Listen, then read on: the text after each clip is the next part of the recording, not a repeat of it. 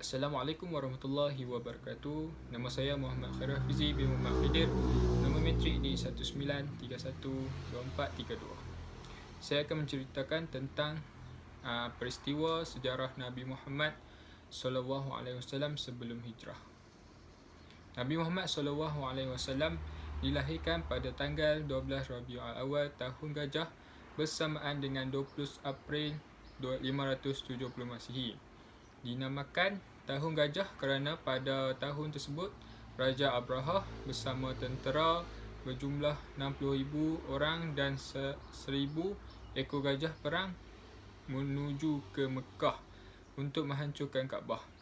Tetapi hasrat mereka tidak tercapai kerana dimusnahkan oleh burung-burung ababil dengan lontaran batu. Kejadian itu berlaku kira-kira 50 hari sebelum kelahiran Nabi Muhammad SAW di suatu tempat bernama Masy'aril Haram berhampiran Muzdalifah. Ketika baginda dilahirkan dalam keadaan yatim kerana ayahandanya meninggal dunia di Yathrib, Madinah ketika ibunya mengandung 6 bulan. Desa Bani Sa'ad terletak kira-kira 55 km dari Mekah. Kedudukan arahnya ke timur Mekah dan ia merupakan satu kawasan yang subur dengan keadaan udaranya nyaman dan menyegarkan serta mempunyai panorama yang sejuk mata memandang dengan suasana persekitaran yang hijau. Di sanalah Nabi Muhammad SAW dibesarkan dengan penuh kasih sayang oleh ibu susuannya iaitu Halimah binti Abi Zu'aib dan Sumayyah Haris.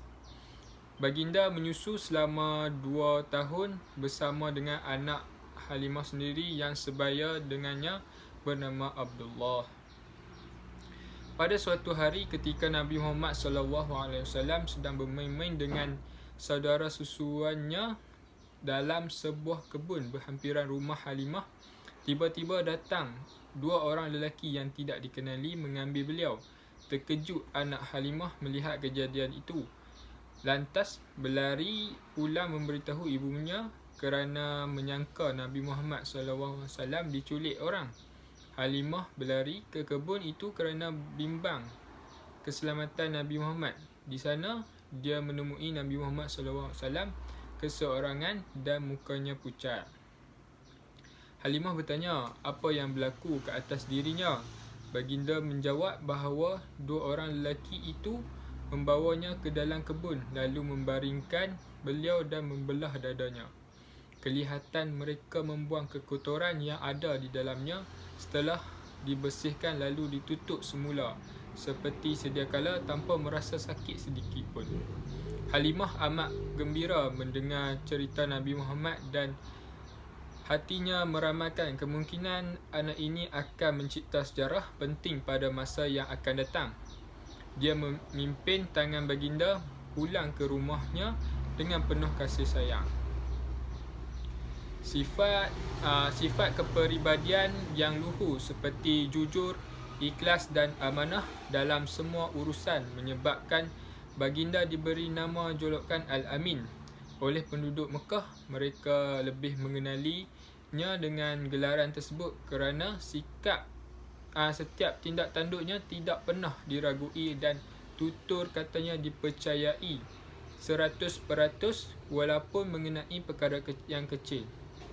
Demikianlah Allah mendidik dan membina peribadi seseorang yang bakal menjadi Nabi dan Rasul untuk umat manusia akhir zaman. Semenjak tinggal bersama Abu Talib, Nabi Muhammad SAW membantu pekerjaannya mengembala kambing, memerah susu unta dan sebagainya. Sikapnya yang ringan tulang menyebabkan baginda disenangi oleh keluarga bapa saudaranya. Ketika berusia 12 tahun, baginda dibawa oleh bapa saudaranya berniaga di Syam yang menjadi pusat perdagangan penting waktu itu. Nabi Muhammad SAW tinggal di Makkah dalam suasana masyarakat menyembah berhala, meskipun di tempat itu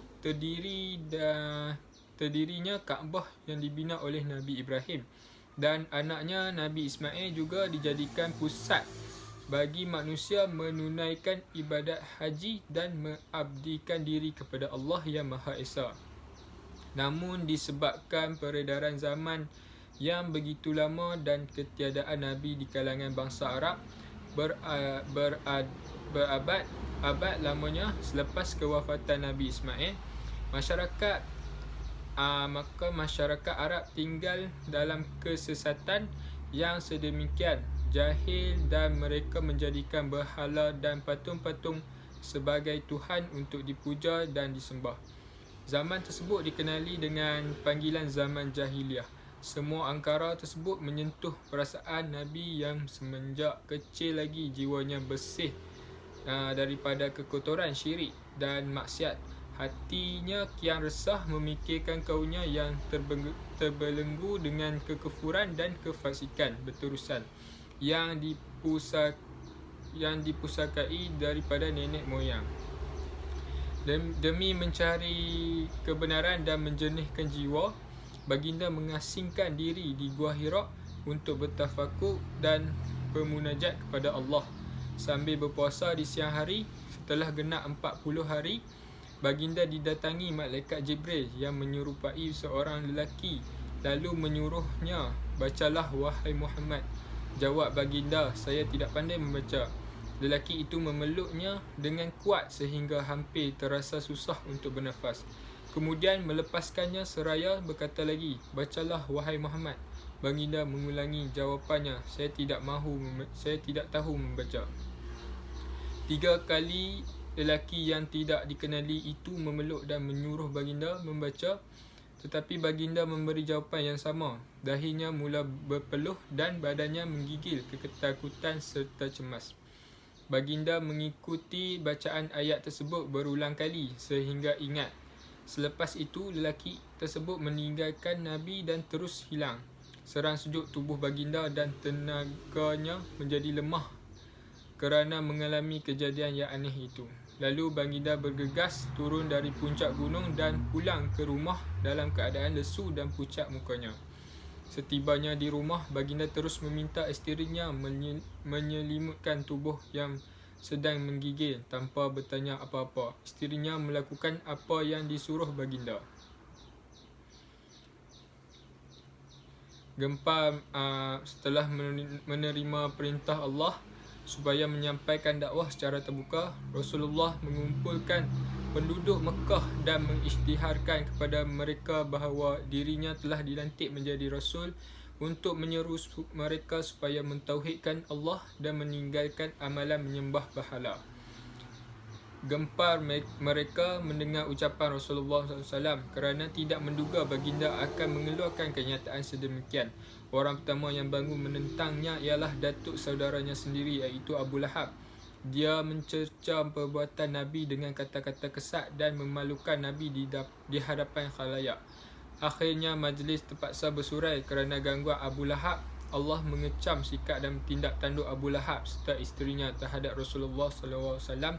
Allah berfirman dalam surah Al-Masad yang bermaksud, "Binasalah kedua tangan Abu Lahab dengan seteruknya. Segala harta benda dan usahanya tidak dapat menolong dirinya.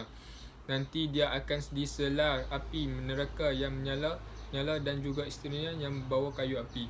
Pada lehernya terdapat rantai dari neraka." Surah Al-Masad ayat 1 hingga 6. Pengajaran daripada kisah ini iaitu Nabi Muhammad SAW dilahirkan dalam keadaan yatim kerana ketika masih kecil, ketika berusia 4 tahun, ibunya pula meninggal dunia. Baginda hidup berdikari dengan mengembala kambing dan menjalankan perniagaan yang dikendalikan oleh Siti Khadijah binti Khuwailid. Ketika berusia 40 tahun, baginda mengasingkan diri di Gua Hira untuk bertafakur dan bermunajat kepada Allah Subhanahu Wa Taala sambil berpuasa di siang hari. Ini adalah kerana hati baginda kian resah memikirkan kaumnya yang terbelenggu dengan kekufuran dan kefakiran berterusan yang dipusakai daripada nenek moyangnya mereka. Sekian itu saja daripada saya, Muhammad Khairul Fizi. Kisah tentang peristiwa Nabi Muhammad SAW sebelum hijrah. Assalamualaikum.